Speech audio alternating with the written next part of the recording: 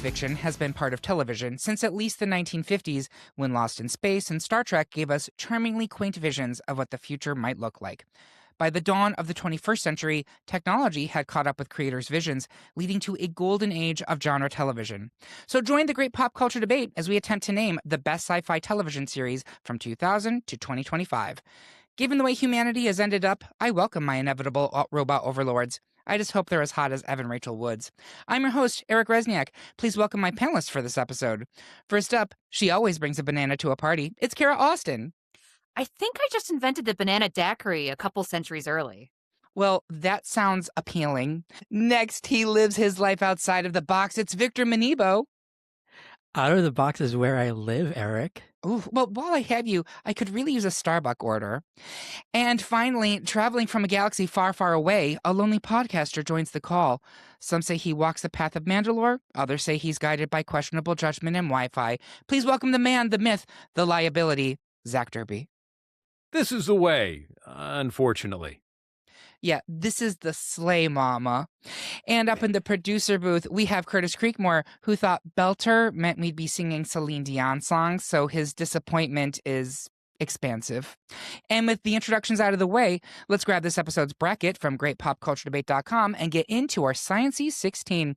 First up, the panel is split between 1 seed The Expanse and 4 seed Fringe. Victor, tell us why we need to make room for The Expanse. Zach, tell us why you'll take the little Surrey with the Fringe on top. Zach, please go first. All right, Fringe, it thrives on the deeply personal relationships that we see with Walter, Peter, and Olivia, especially the whole father-son dynamic. That continues to build throughout the entire series. It was bold, it had a high-concept storytelling, it took big swings, multiple parallel universes, alternate timelines, identity swaps, good people, bad people. It's been done before, but I think it did it uniquely. It took also the idea of the monster of the week. I love me a monster of the week style, but you can also work it into an overarching plot, which Fringe did, I think, very well. John Noble's performance is one of the most celebrated in sci-fi TV. His character is layered. He's tragic. He's funny. He's unpredictable. He can be good. He can be bad. He can be an a-hole. Fringe constantly reinvented itself, even up to the final season. Different timelines, future dystopia, a little bit of a time jump, but overall, I found it a very satisfying, emotional ride from start to finish. It's also so Boston. Like, I love Yes, watching the show. And first of all, having lived in Boston, it's like, oh, I know where that is. But also, you mentioned like John Noble is everything you can want it to be. He can be great. He can be bad. He can be an a-hole. What's more Boston than that? I ask you. Yeah, everything. It's everything. Victor, talk to us about The Expanse. Speaking of everything. So this was a really tough matchup for me, but The Expanse. I love this show so much because it encapsulates everything that is good in sci-fi. And here's why. It has every possible subgenre of sci-fi imaginable in one show. You have the found family action adventure with Holden and the Rocinante crew. You have the political thriller with Christian Avasarala. You have the murder mystery, noir mystery with Miller and his search for Julie Mao. And then you have space horror in the proto-molecule and those creatures. And it seamlessly blends all of these subgenres and storylines into a cohesive whole that doesn't peter out after like season 2 or 3 or 4. It builds upon itself after every season. It expands the characters, it expands the worlds that we see, but there is no lag in terms of like the caliber of storytelling. And for me, that just makes it the superior show. You had me at cohesive whole, Victor. Kara, is it going to be Fringe or is it going to be The Expanse? I mean, they were two very good arguments, and I came in here on the Fringe train, and as far as I know, Joshua Jackson didn't jump ship from the Fringe train to The Expanse, so I'm staying. I'm staying on Fringe. Respected, and it's a great show. I'm sticking with The Expanse, and I think from a sci-fi purist's perspective, it is a beloved show, and so for that reason, I can't kick it out in round one, and The Expanse will continue into round two. Next, the panel has unanimously decided to keep exploring space and time with 3-seed Doctor Who, the reboot that materialized in 2005, which means the journey is over for 2-seed Star Trek Voyager, which started in the 90s but ran until 2001. But Zach, you wanted to boldly bid goodbye to Voyager. I did. I grew up a Trekkie. I started on TNG, but then went back to TOS, worked my way through, and Voyager was a time. It was a bold premise. We had a lone Starfleet ship, 70,000 light years from anything that we've really seen before, other than like a one-off episode. So we are really in new territory. We have a female captain who's in charge of the ship doing shit her way. Granted, a lot of it is centered around coffee, but still, we are out there exploring. Unlike other Trek series, they have no backup. Like, there are consequences. You do lose people. It kept the classic Trek accessibility, but we changed it a little bit more. We're trying to find our way home. Are we actually going to make it? I think so, but how are we actually going to do it? We discovered new species. We were able to take the identity of what Roddenberry created and continue to expand, to continue to explore. Not as tacky looking as the 60s, which I love, but we were able to get we got a little bit more creative with our prosthetics on Voyager. Yeah, no, what a wonderful way of sending off this great show. And I'm glad that we are now living in a place in society where we can embrace Voyager, because it was drubbed at the time by misogynistic fans. And now people are like, no, Voyager was amazing. So thank you for doing a great job with it. But it will be moving out, and we will be moving Doctor Who into round two. Next, the bulk of the panel is suiting up in Beskar to defend 1-seed Star Wars The Mandalorian, which ran from 2019 to 2023 on Disney+. But Victor is hoping he can convince us to teleport 4-seed Stargate SG-1 into round two. Victor, speak to us about the men and the myths of Stargate SG-1. Well, this matchup is really interesting for me because I haven't seen Stargate 1 in a while. I haven't rewatched it, but I just remember being fascinated with its blend of science and mythology, and the way that, like, looking back, it really engaged with kind of the sci-fi ethos of, like, the fascination with aliens and ancient astronaut theory at the time. And I thought, wow, this is like a really cool premise that they somehow were able to spin into 10 seasons plus 2 spin-off shows. It has a really solid fan base that still, talks about it and engages with the material even to this day. I think it's due renaissance, if not a rewatch from me. And so I am pushing for Stargate 1, also partially because I was disappointed in The Mandalorian for many reasons. And I would love to hear, like, it is completely acceptable on the Great Pop Culture Debate to prop up your choice by dragging the other choice. No, it's not. Yeah. Give it to her. Okay. Read her The down. Mandalorian. Okay, I saw the first 2 seasons. I think it's a solid space western. The space western to me just does not appeal. The tropes that it uses just, to me, felt repetitive, especially in season 1. There were a lot of action scenes that were kind of exciting, but I felt like there were things that were drawn out, especially with Grogu and Grogu's identity and their place in the larger universe. It felt to me like a little bit of pandering and a merchandising opportunity. I think I was coming into The Mandalorian with skeptical eyes, and the show wasn't able to disabuse me of those skepticisms. Disney pandering? Never. I know, never heard that happen before. Star Wars? Merchandising? What? Well, I mean, contrast this with Andor, which we can talk about later. We will. We will, yes. Yes. Thank you. For me, they're two very separate sides in the same Star Wars coin, but I'm going to save my Andor fangirling for later. Well, Kara, I'm assuming he has not swayed you. Are you sticking with The Mandalorian? Oh, ride or die. You're a Fandalorian. Mandalorian, yes. Okay. Zach, is it going to be Mandalorian or is it going to be Stargate SG-1 for you? I loved SG-1 when I watched it back in the day, but I'm staying with Mandalorian. This is the way. This is the way. I'm sorry, Victor, you did a great job. And I do agree that Stargate has one of those super potent fan bases, and it is time to revisit this property. It is time. So, that being said, it's not time in our bracket, and we will be moving it out, and The Mandalorian will be continuing into round 2. Next, the bulk of the panel believes that the truth is still out there, and that 2-seed The X-Files should continue into round 2. But I think I'm a clone now, as I'm pushing for 3-seed Orphan Black, which ramps from 2013 to 2017. I'll go first.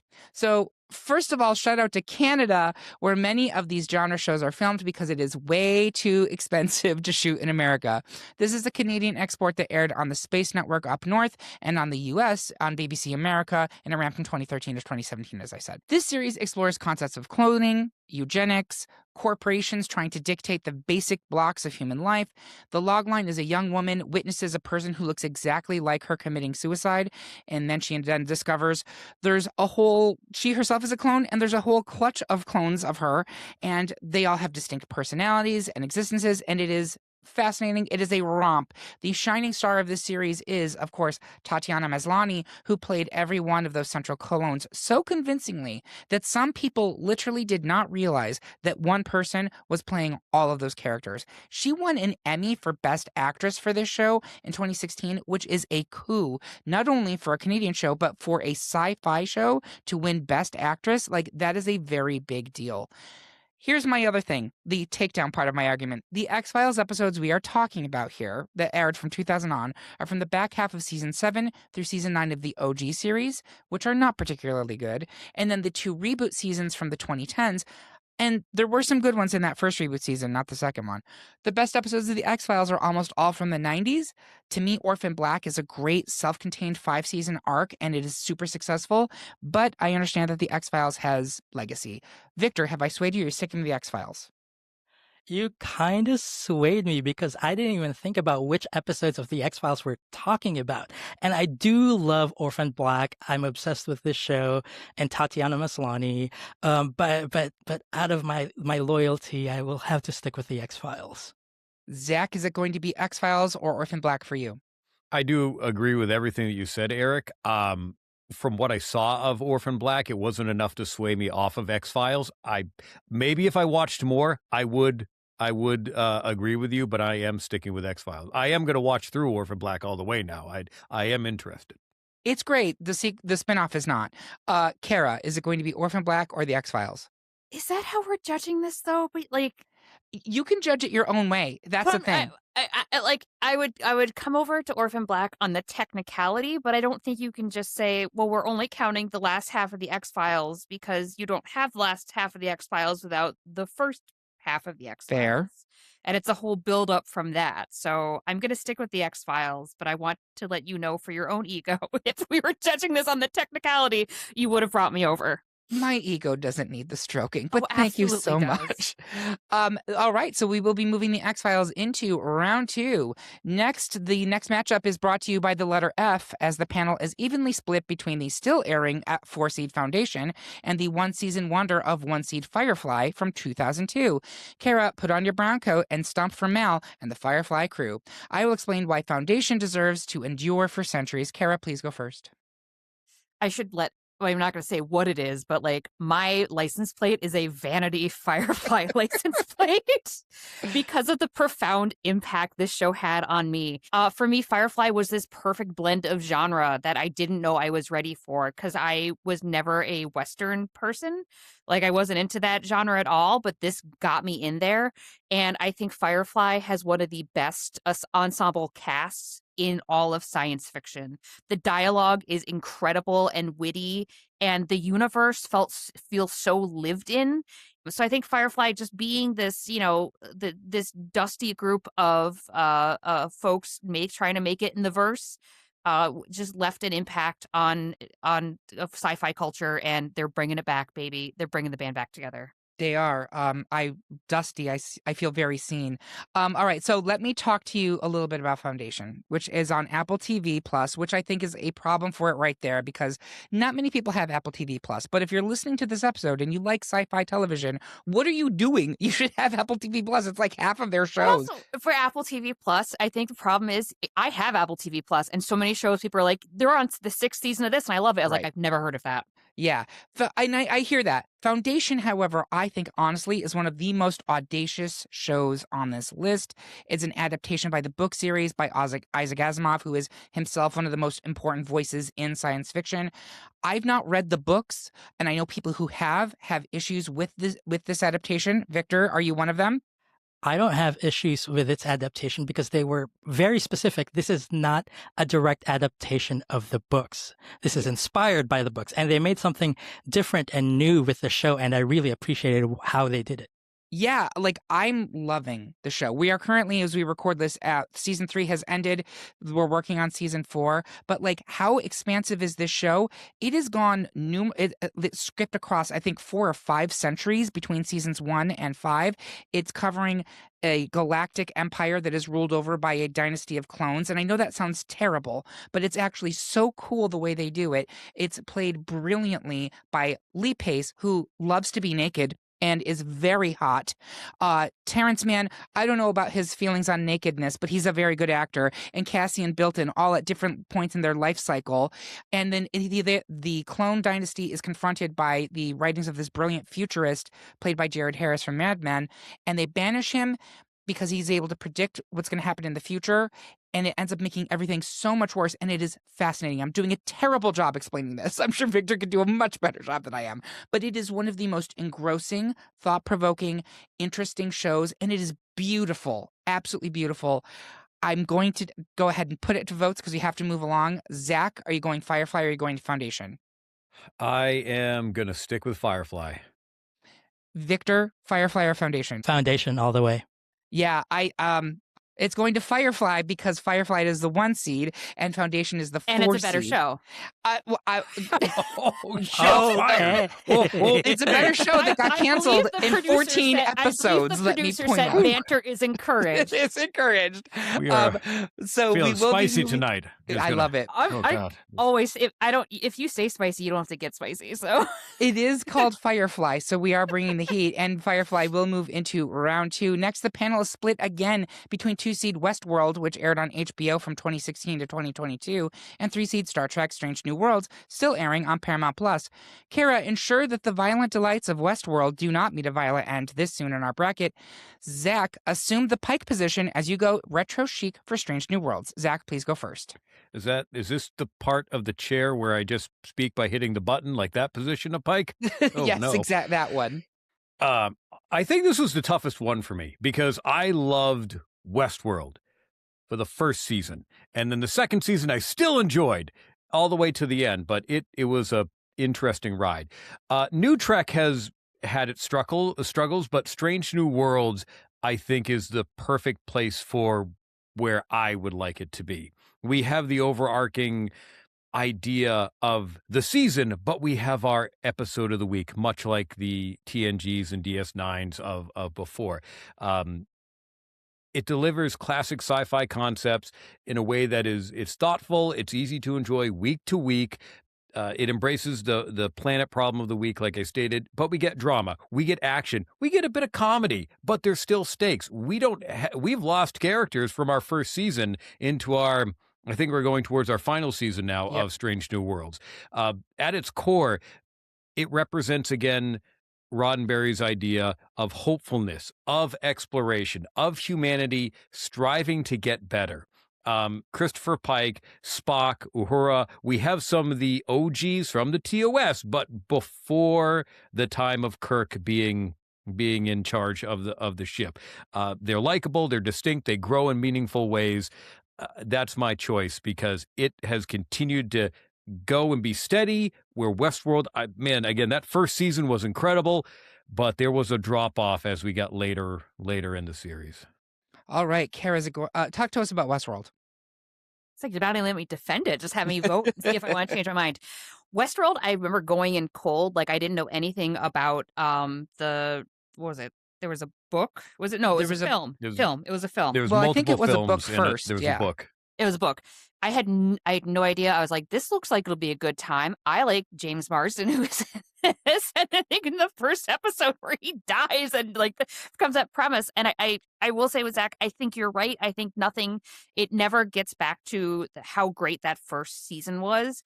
But I think that some of the themes of it, like it's like, one of the bigger themes is like, what does it mean to be human? And that kind of way it makes you think about that.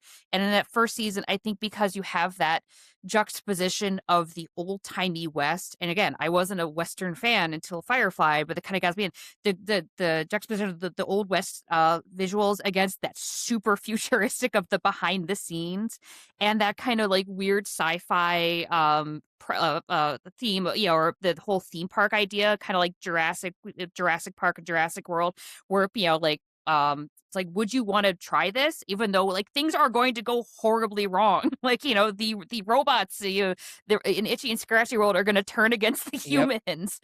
But I think it creates this world and this narrative where you're shifting between what the different perspectives of the different people and what they're seeing and how they're experiencing this world. And then like you're seeing things start to fall apart, but people are still going to enjoy it.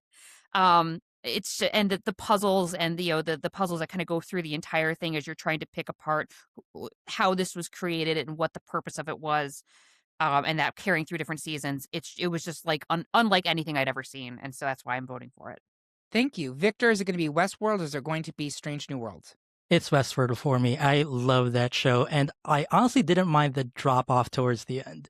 That's how much I loved it. I'm with you, Zach. I'm with Strange New Worlds, and it is for the exact reason that you said, which is Westworld has a great first season. I actually liked season 2 quite a bit, and I appreciate the big swing of season 3, and then like there's something that happened in season 4 in the middle of it where I was just like, I realized I didn't care anymore. I just didn't care. And because of that, I had to fall off. But it is, of the two, I mean, it's some pretty serious sci-fi stuff. And when it is at its best, it is pretty peerless and great performances on that show. Oh, absolutely. But I am going to give it to Strange New Worlds. Doesn't matter. Westworld is the 2 seed. Strange New Worlds is the 3 seed. Westworld will continue into the Elite 8. Next, it's a unanimous decision as the panel has decided to stay one jump ahead of the Cylons by pushing the 2004 remake of Battlestar Galactica, a 1 seed, into round 2, which proved to be a final solution for 4 seed 3 Body Problem, still airing on Netflix. So I'm really sad 3 Body Problem's out, but Battlestar Galactica will continue into the Elite 8. Finally, in round 1, the bulk of the panel is joining the Resistance with 2 seed Star Wars Andor, which aired on Disney Plus between 2022 and 2025, while Zach refuses to avert his gaze from 3 seed Black Mirror, still running on Netflix. Zach, reflect on why the technological dystopian anthology should continue in our bracket. Sure. I wanted to be this different voice because I love both these shows. And if Andor continues, I'm fine with it. But Black Mirror, my wife was watching it, I think, last year, a couple years ago, and then we started binging it, and it sucked me right in. The whole idea that every episode, except for a few here and there, it's a complete story. It's its own timeline. There's conflict. There's dozens of futures, technologies, what-if scenarios. I love what-if scenarios. Favorite run of Marvel Comics is What If. It regularly becomes part of a real-world equation, a discourse, people referring to social media, AI, but then going beyond that with technology that we can maybe dream about or is reality right now. You can pick up this series anywhere and still be entertained.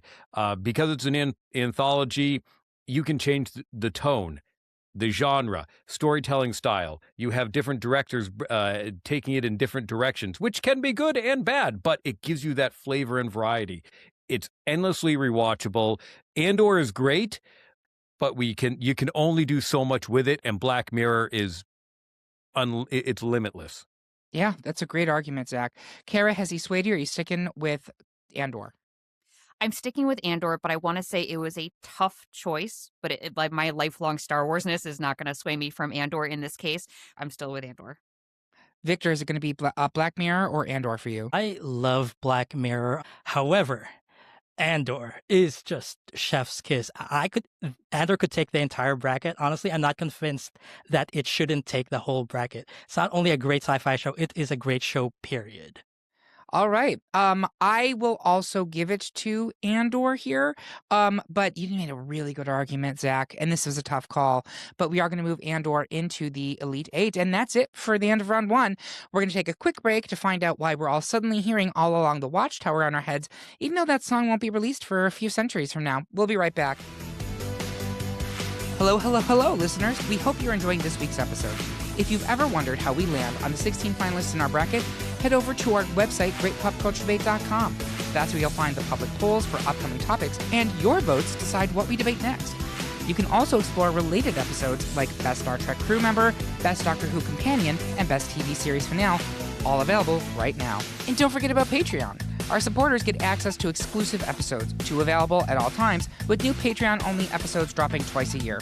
Visit patreon.com/greatpopculturedebate to sign up and listen today. We also have a weekly newsletter packed with updates on movies, TV, music, video games, and more. Just head to the subscribe section of our website to sign up today. Thanks again for listening. Make sure you're subscribed so you never miss an episode. And once again, visit greatpopculturedebate.com for upcoming polls, TV recaps, and tons of additional bonus content. We'll be right back after this. And we are back for round 2 of our Best Sci-Fi TV Series 2000 to 2025 debate. I would like to start by asking my panelists if any of them would like to share what else they're working on. Zach Derby, you're always working on something.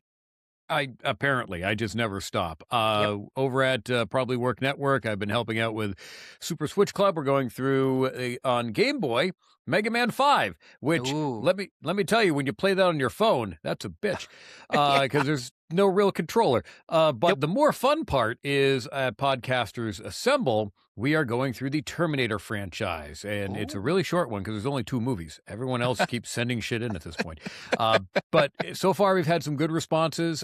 We are hitting all 6 films. We do have a bonus episode where we will be talking about Sarah Connor Chronicles, a series that I loved when it was on TV, and like so many series, it canceled on a cliffhanger. What the hell? Very, very frustrating, but we are going through the Terminator franchise right now, so you can get that in all of your ear holes with all of your podcatchers. And if you're a content creator, you can submit your own input for the different movies. Go to probablywork.com. Yeah, we need to do that. We need to chime in on one of the lesser Terminator films, we'll say. We're about there right now, so at any point.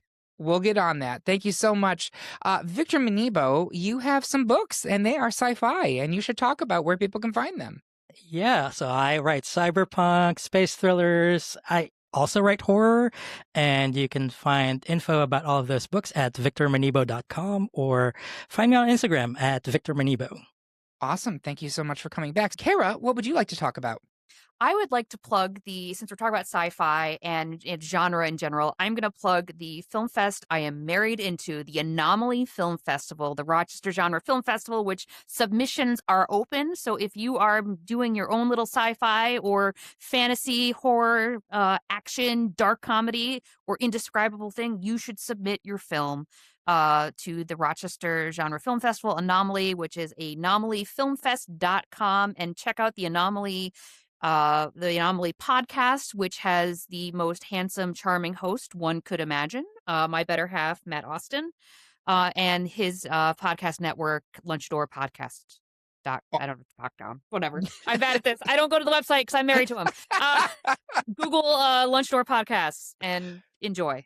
Perfect. And the folks behind Anomaly are some of the funniest, hardest working, smartest people you will ever meet. So thank you very much for mentioning that on our show. The best place to follow us is on Blue Sky at gpcd.bsky.social or at Great Pop Culture Debate on Instagram or TikTok. You should also make sure to subscribe to our page on YouTube, where we're posting original videos as well as video versions of these here episodes. So let's get into round 2 so we can report back to Assistant Director Skinner about our encounters with the were-monster.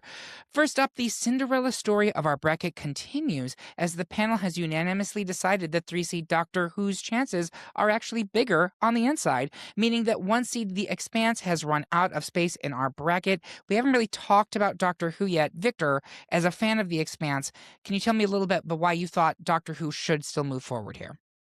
Doctor Who, I think, is unique in this bracket because both the classic series and the reboot, has just influenced how pop culture thinks about and talks about and creates science fiction, whether it's film or TV or books and stories.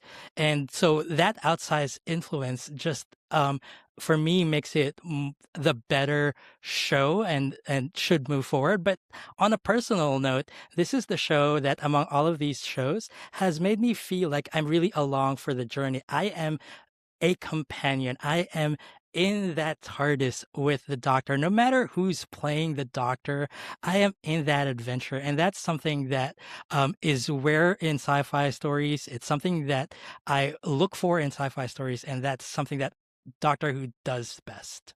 Beautifully said. So we'll be talking about more about Doctor Who in the Final Four. Next, the panel has to choose between little green men, as it's between the human-snatching aliens of 2-seed The X-Files and the global icon that is Baby Yoda in 1-seed Star Wars The Mandalorian. Zach, reopen The X-Files for us. Kara, show us why The Mandalorian continuing into the Final Four is the way. I'd like Kara to go first here. I will jump in to defend Star Wars at any time. The reason I think The Mandalorian should keep going is because it's important to sci-fi and it's important to Star Wars in itself, because I will say it's the first TV show that really came out of the Star Wars cinematic universe that made that jump. And as someone who, I was not thrilled at the idea of a show being centered on Mandalorian culture, because as someone growing up in the Star Wars fandom, people who were super into Boba Fett and Mandalorian iconography, I was for me, it was the same as having the Punisher logo on your t-shirt. It was just a type of person. Yep. And so when I didn't watch it when it first came out, the first few episodes, I was I'll wait. And then the buzz around it, and when people talking about how emotional it could be and everything going on, that it was oh, this isn't what I assumed it was going to be. It's reinventing Star Wars, but it's also pulling, again, what Star Wars does, pull from samurai stories. Yeah. George Lucas has been doing that from the beginning. So I think it just created this iconic central duo and these kind of, self-contained quests that still managed to move Star Wars storytelling. And you got to explore more of the universe and see what everyday life could be like in these outer rim settlements and other places, and brought me into Mandalorian culture. And I just think it thrives in television, and now we're getting a movie. So even without a Punisher tattoo, she's still on board. Thank you. Zach, talk to us about The X-Files.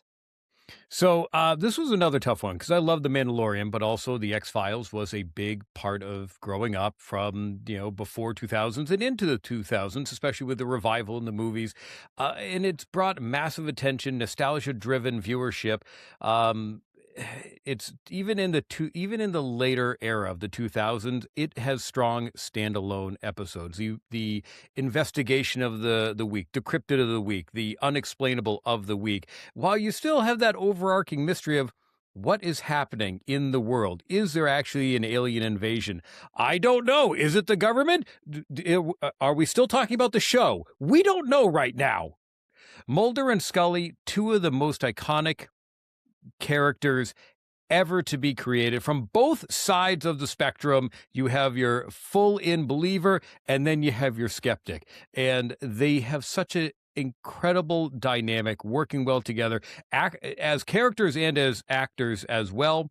It does a beautiful job of blending sci-fi, horror aspect in many of the episodes, thriller aspect, and of course, you can work in some comedy here and there. It even in the later run, it still harkens back to what made it incredible when it first started, and you see that even into the later seasons. And like many things that was canceled, it got a revival due to the fandom that loves it. Yeah, the fandoms are very important to all of these shows, I think, that are left. Victor, is it going to be The Mandalorian, which you've already discussed that you're not a fan of, or is it going to be The X-Files? Well, shocker, I'm going to vote for The X-Files. Okay, so The X-Files here is a 2-seed. Even if I did vote for it, it would be going out because The Mandalorian is a 1-seed. I'm going to give it to the X-Files just because I think it's the more important for sci-fi in general. Doesn't matter. Mandalorian is a 1 seed. It will continue to the final 4. Next, it's the Wild Wild West in space, as the panel must decide between 1 seed Firefly and 2 seed Westworld. I'm just going to go around the horn here. Victor, I want to start with you. Is it going to be Firefly or Westworld? Westworld. I really do not like Firefly. I'm so sorry. That's okay. You and I are going to we're going to get punched by Kara. Zach, is it going to be Firefly or Westworld? Fucking hurt. Firefly. Kara. Zach and I are both going to punch you. It's going to be Firefly. I mean, and Firefly benefits from the fact that what hurts Westworld is that going on through the seasons. Firefly didn't have an opportunity, so it's 1 season strong. It's basically half a season strong. It was only 14 episodes. That is not an argument for it. It lasted 1 season is not an argument for it. Just because stupid people make stupid decisions doesn't mean a show is bad. I already made a giant argument for it earlier, so I'm just coming back on that it doesn't get to. But also, I mean, compared to today's premiere television, 14 episodes is 2 seasons. You know what? That's a great argument. I will just say this, and I'm going to get booed. I'm listening to you now, people in your car booing me. I also, Victor, cannot get into Firefly. I've tried so many times to watch that show. And I know everyone... A sane voice in the room. It's fun. Well, there you go. But like, I know so many people who love it and are like, no, you dummy, you just have to sit down and watch it. And every time I started watching this, I was like, oh, I'm a deathcom. Like, I don't hate it. And I love all the actors in it. I really do. I love all them as characters too. I don't know. Gina Torres, Morena Baccarin. Yes. Like, it's a great cast. Gina Torres is like, Zoe is one of my favorite. Because also, like, I think this, the absolute smoke show, fully capable woman with an idiot savant husband. I love it. And Sean Mahar, total smoke show. It has my never first resonated. Crush on the show. Like, that's where I was like, this is where I'm coming in. This is the vehicle. He is the vehicle I'm coming in. He's a babe. But unfortunately, it just doesn't. It doesn't matter if it doesn't register for me because A, number one, it's a 1 seed, so it is going to continue, and B, the Firefly fandom is unbelievably intense. So much so that 20 years after the show being canceled, it's now getting a reboot after 14 episodes. It needs a home. Disney Plus. No, they already relinquished the rights. It's not going there. Netflix, somebody pick this up. I'm sure someone will. So we will be moving Firefly into the final 4.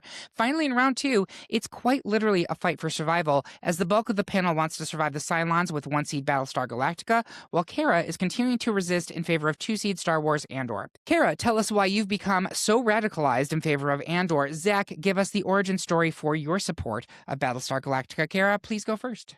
Well, this is where I'm going to be unpopular because I can't get into Battlestar Galactica. So I wasn't voting for this anyways. No. And I will jump on the opportunity to talk about Andor because kind of like Mandalorian, I had my I was hesitant about Andor because unlike so many people, I'm not a huge Rogue One fan. And I went in there, I was really optimistic, and I felt like a lot of the characters in there fall flat. And so for Andor, I was like, do we need to figure out the rest of what happens in between these two?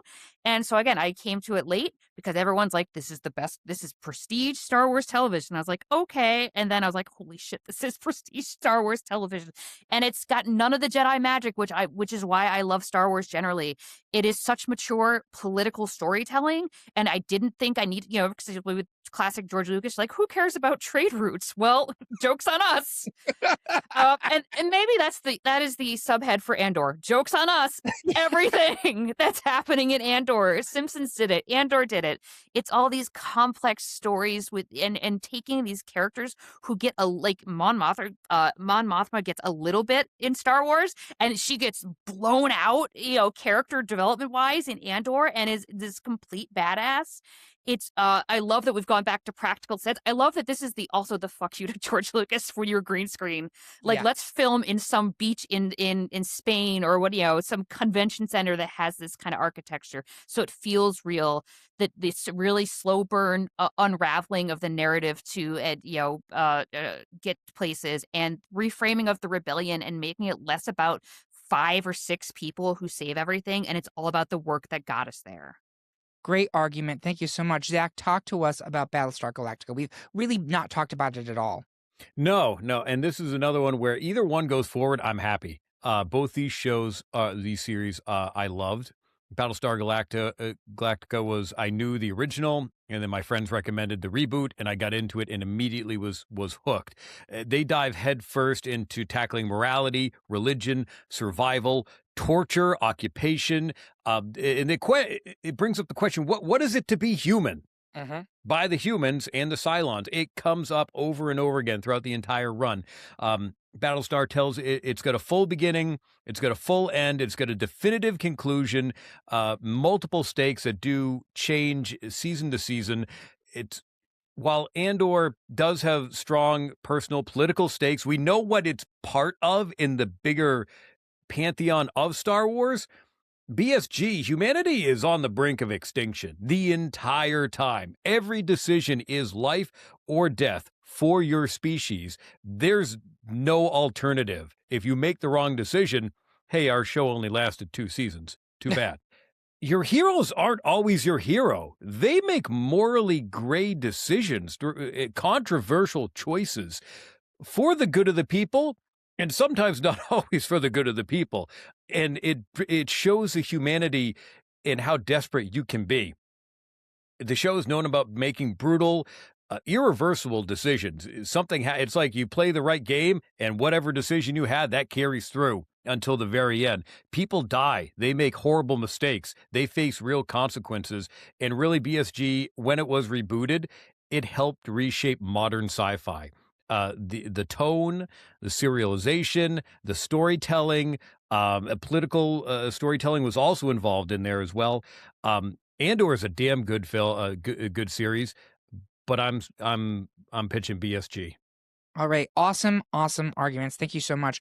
Victor, is it going to be BSG or is it going to be Andor? I love both of these shows. I'm happy either way, but I think BSG just edged out by a little bit because I remember how addicted I was to the show when it first came out. I was just hooked. And, Andor is, I think, it might be the superior show, but it doesn't have to be a sci-fi show. It doesn't engage with a big question sci-fi issues of again, identity or our place in the larger universe. It deals with a lot of political stuff, which also BSG does. So I think Andor, even though it could be a superior show, it's not necessarily the better sci-fi show.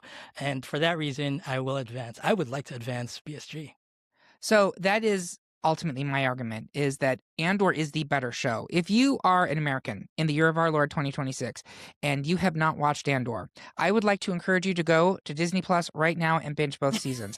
I did not love the first season of Andor, actually. I'm like the one person who didn't love it. Season 2 knocked me out. Fire. And the whole time I'm watching it, I was like, this should be compulsory viewing for every American in this moment. We are living in Andor right now. And what comes after Andor is Rogue One. And we are right there. Please watch it. It is amazing television, and I'm so glad it's here in the Elite 8. But what is the better sci-fi show? I give it to Battlestar Galactica, which has to be sci-fi. It is literally robots. It is people. It is what is humanity. It is what does it mean to survive. I can't turn that away from it. And it also is a damn good show that even when it was airing, I was like, how are they doing this on a sci-fi budget? At this time, it is an incredible show. So I'm sorry, Kara. I'm sorry to everyone listening out here. Yes, you're going to say something, Kara? Well, to quote one of my other picks, I may be on the losing side, but I'm not sure it's the wrong one. That's right. There you go. We will be moving Battlestar Galactica into the Final Four. And with that, we have our Final Four. We're going to take a quick break to regenerate into a completely new people, which will probably alienate our core audience for some reason. We'll be back right after this. Remember your first movie obsession, your first TV crush, that first song that made you cry? At the Great Pop Culture Debate, we've spent 12 seasons honoring the things that shaped us. With over 200 episodes in our archives, we've debated everything from the best 80s toy to the best Broadway musical. If you're new here, there's a literal decade of debates waiting for you. Dive into our archives on your favorite podcast app and find the episode that speaks to your inner child. And we are back with the final four of our best sci-fi series from 2000 to 2025 debate. Let's take a look at what we've got. It's Doctor Who, our Cinderella story, a 3 seed, versus Star Wars The Mandalorian, a 1 seed, Firefly, a 1 seed, versus Battlestar Galactica, also a 1 seed. I would like to start off at the top of the pack, which is actually Kara. Doctor Who versus Star Wars The Mandalorian. Where are you going to go on this one? This is where I depart from my Star Wars backstory. My allegiance is Doctor Who. And even though I have enjoyed Star Wars longer because I didn't grow up with Doctor Who, I wasn't allowed to watch PBS at midnight like my husband was, who's the one who got me into this.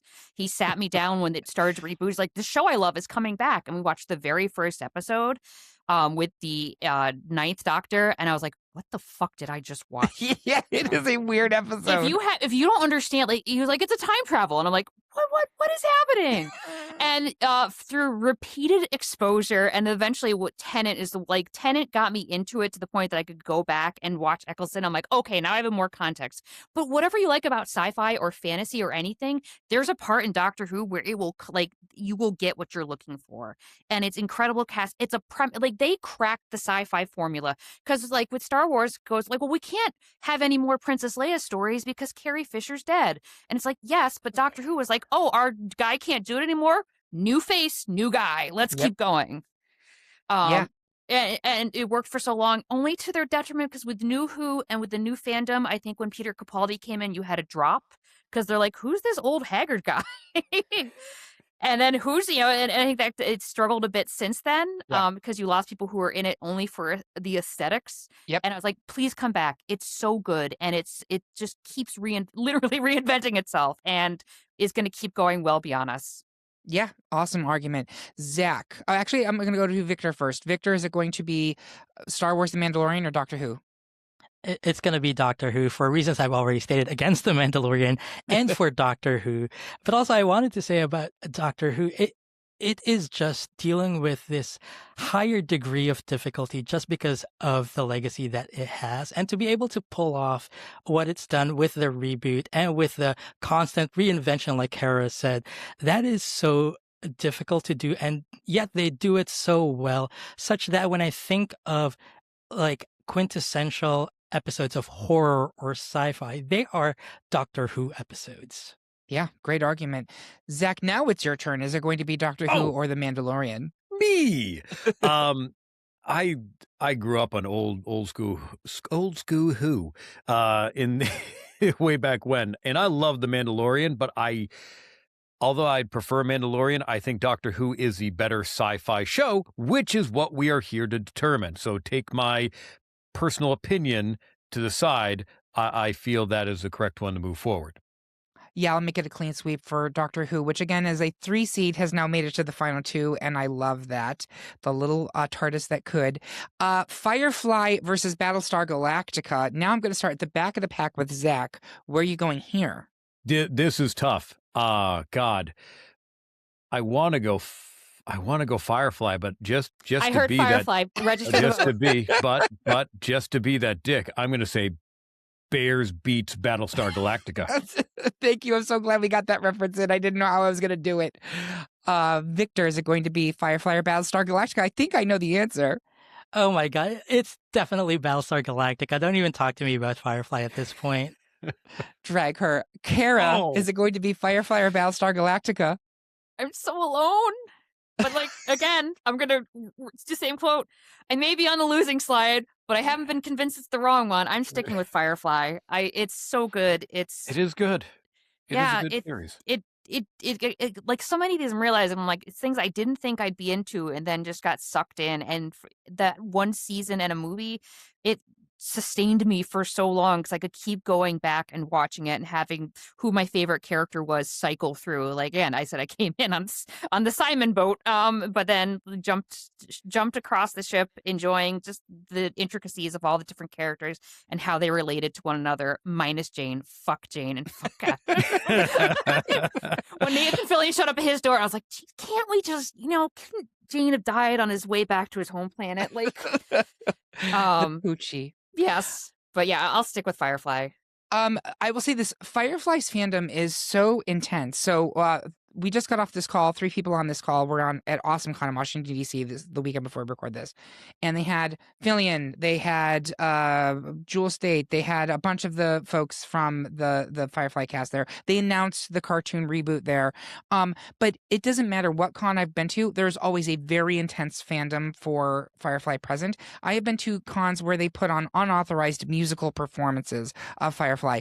It's a lot. And I think if you're going by fandoms, Firefly's is probably stronger than Battlestar Galactica's, and I just want to shout them out and say Probably good for you. scarier too, so you're all in trouble. Didn't say that. But I am getting into Battlestar Galactica, which I do think is the superior show. It has a full arc, and it does what it does, I think, beautifully. I know some people don't like the finale. I love it, which gives us a final 2 of Doctor Who versus Battlestar Galactica, starting smack in the middle with Victor Minabo. Where are you going here?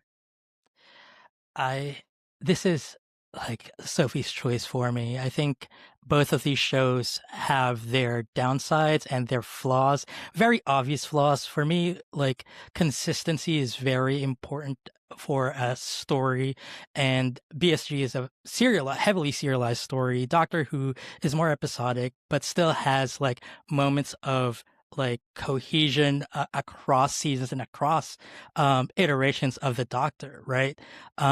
And so even though there is unevenness to both of these shows, I think the ethos of the giving me the sense of awe and wonder and fear and all the emotions that I seek when I want to read a sci-fi book or when I want to watch a sci-fi show is given to me better by Doctor Who. So I have to go with Doctor Who. Zach, is it going to be Doctor Who or Battlestar Galactica? Again, either one I'll be happy with. They are both sci-fi, but I think I'll stick with Battlestar on this one. But if who wins, it's fine. Who's on first? Kara, is it going to be Doctor Who or Battlestar Galactica? Doctor Who. Not only because I didn't get into Battlestar Galactica, so it has that going against it, but like Doctor Who, and not just because I have a tattoo on my arm, I think about daily. And there's parts of it that I think for what good sci-fi does is help us want to be a better person in reality, because sci-fi is always exploring these what ifs, like how would humanity survive if, and then enter your sci-fi vehicle there. And like sometimes when I, get frustrated with somebody, or it's like certain things come to mind, and it's like, in 900 years, of time and space, I've never met someone who wasn't important. And it's just those type of things that just stick with you from Doctor Who that may, because he's, the doctor's this person. I almost said he, but now is she. The doctor is they are this person who has seen so much and so many things and keeps coming back to humans on Earth as his like pet project or their pet project, because they see this spark in them and this potential in them and wants to protect them, but also at the same time holds them to such high expectations, knows what they're capable of, and gets so frustrated with them that there's the times where I want to be a better person because the doctor believes in me. Such a beautiful answer. So I think it's interesting that both of these shows actually do what I think sci-fi does at its best form, which is comment on the human condition, right? It's using these really outlandish stories and really absurd setups to make commentary on who we are and what we're doing and what the point of all this is. Battlestar takes a very narrow view of that, but does it beautifully, right? It really does define, what does it mean to survive? What does it mean to be human? What does it mean to evolve?